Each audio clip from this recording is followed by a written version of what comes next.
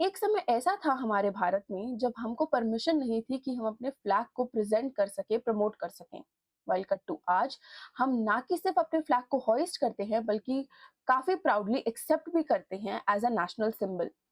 लेकिन क्या आपको पता है कि ये फ्लैग को होइस्ट करने में और फ्लैग को एक्चुअली मेंटेन करने के लिए, पजेस करने के लिए काफी सारे रूल्स हमारा भारत का जो संविधान है वो हमको देता है। इन्हीं रूल बुक को हम फ्लैग कोड ऑफ इंडिया के नाम से जानते हैं, जिसके बारे में आज हम इस सेशन में बात करने वाले हैं। तो अगर हम बात करें फ्लैग कोड ऑफ इंडिया की, तो जो फ्लैग कोड ऑफ इंडिया है हमारा, वो एक सेट ऑफ गाइडलाइंस है जो कि हमको बताती हैं कि कम कैसे हम इस्तेमाल कर सकते हैं हमारे फ्लैग को डिस्प्ले के लिए, फॉर द वेरी पर्पस हम अपनी कंट्री से जो पेट्रियाटिज्म दिखाने की कोशिश करते हैं उस सब की एस्पेक्ट में। अगर आप देखो तो जो हमारा फ्लैग कोड है, it came into effect on 26 जनवरी 2002, जो कि सारे जो भी हमारे प्रीवियस लॉज है उनको कंसोलिडेट करता है और उनके साथ साथ जो भी कन्वेंशंस हैं, प्रैक्टिसेस हैं, उनके बारे में भी बात करता है। अगर इस एस्पेक्ट में हम लीगैलिटी को खंगालने की कोशिश करें कि एक्चुअल में क्यों इस कोड पे हम इतने ज्यादा रिलायंट है, तो वो इसीलिए कि 2002 में सुप्रीम कोर्ट की एक रूलिंग आई थी, Naveen Jindal versus union of India में, जिसमें फ्लैग होइस्टिंग जो था वो एक फंडामेंटल राइट के रूप में बताया गया था अकॉर्डिंग टू आर्टिकल 19(1) सबसेक्शन ए।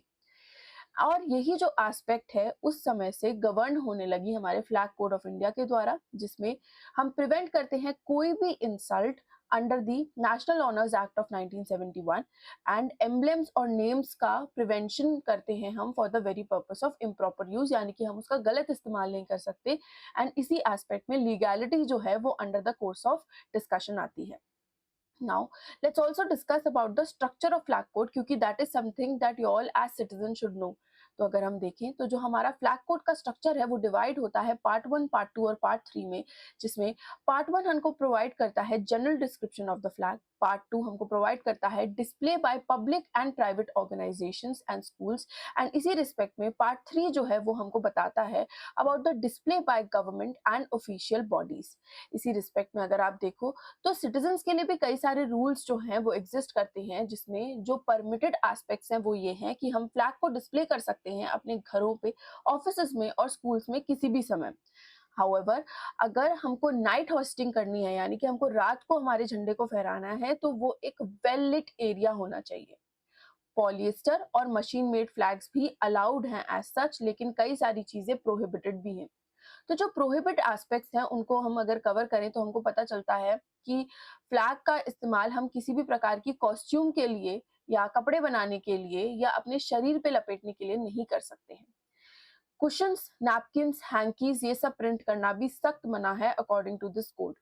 और अगर फ्लैग हमारा ग्राउंड को टच करता है या डैमेज हो जाता है तो ये भी एक ऑफेंस के जैसे ही माना जाता है। इसी रिस्पेक्ट में एक सर्टेन डिजाइन, एक सर्टेन प्रोपोर्शन को फॉलो करना बहुत ज्यादा जरूरी है जब भी हम अपने फ्लैग को डिस्प्ले लगाते हैं, विद द एस्पेक्ट ऑफ कि हमारे जो कलर्स हैं वो saffron on top, white in the middle और ग्रीन इन द बॉटम होना चाहिए, विद अशोक चक्रा जिसमें 24 स्पोक्स हो। रेशियो जो है हमारी विड्थ का वो 2:3 होना चाहिए और फ्लैग पे कुछ भी लिखना या कोई भी अदर सिंबल अटैच करना अलाउड नहीं है। हाउएवर, कई सारे रीसेंट अमेंडमेंट्स भी हुए हैं इस एस्पेक्ट में, जिसमें अगर आप देखो तो 2021 में पॉलिस्टर और मशीन मेड फ्लैग्स जो हैं उनको परमिशन दे दी गई थी। प्रीवियसली ये सिर्फ खादी में बनता था। इसी रिस्पेक्ट में अगर आप देखो तो 2022 में हमने अलाउ किया कि फ्लैग को अब आप रात को भी होइस्ट कर सकते हैं, लेकिन लाइट होनी चाहिए वहां पे, जिससे हमारे फ्लैग का ऑनर जो है वो खराब नहीं हो। और हर घर तिरंगा कैंपेन के अंतर्गत अगर आप देखो तो हमने अलाउ किया कि हम फ्लैग को या फ्लैग की होइस्टिंग को मेजरली हर जो हमारा पर्सनल या प्रोफेशनल स्पेस है उसमें अलाउ करते हैं।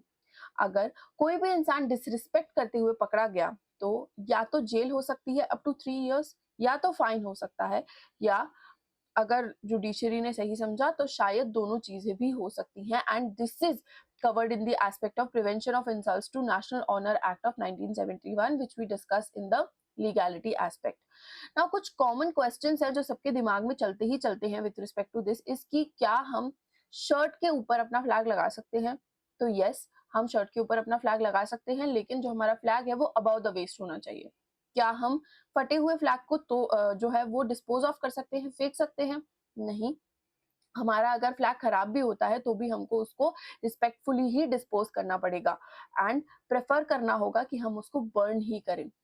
क्या हम फ्लैग की पिक्चर सोशल मीडिया पे पोस्ट कर सकते हैं? येस, एब्सोल्युटली, उस पे कोई रोक-टोक नहीं है। हमको एट ऑल टाइम्स अपने तिरंगे की रिस्पेक्ट करनी है, क्योंकि ये हमारी नेशनल प्राइड का सिंबल है। हर सिटीज़न को इसके ऑनर को प्रोटेक्ट करना चाहिए और हर सिटीज़न को इस फ्लैग कोड के बारे में भी इन्फॉर्मेशन होनी चाहिए। तो अगर आपको ऐसा लगता है कि लोग एग्ज़िस्ट करते हैं आपकी से फैमिली में या आपकी सराउंडिंग्स में जिनको नहीं पता होगा फ्लैग्स के बारे में इतना डीपली, तो आप इस वीडियो को शेयर कर सकते हैं और मेक श्योर कर सकते हैं कि हम अपनी लेगेसी को प्रोटेक्ट करते चलें, क्योंकि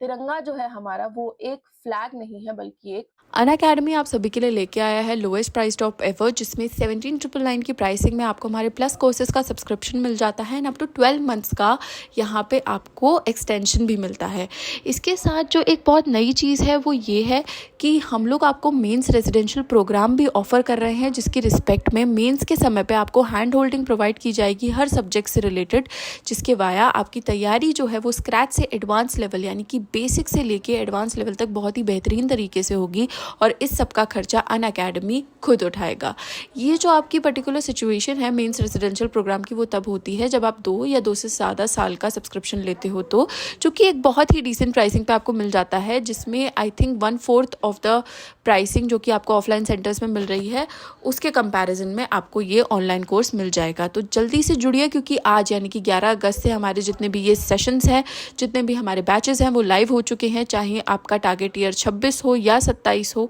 तो जल्दी से जल्दी आप जुड़ जाइए अपनी तैयारी के लिए, क्योंकि अनअकैडमी है तो यूपीएससी मुमकिन है। Let's crack it.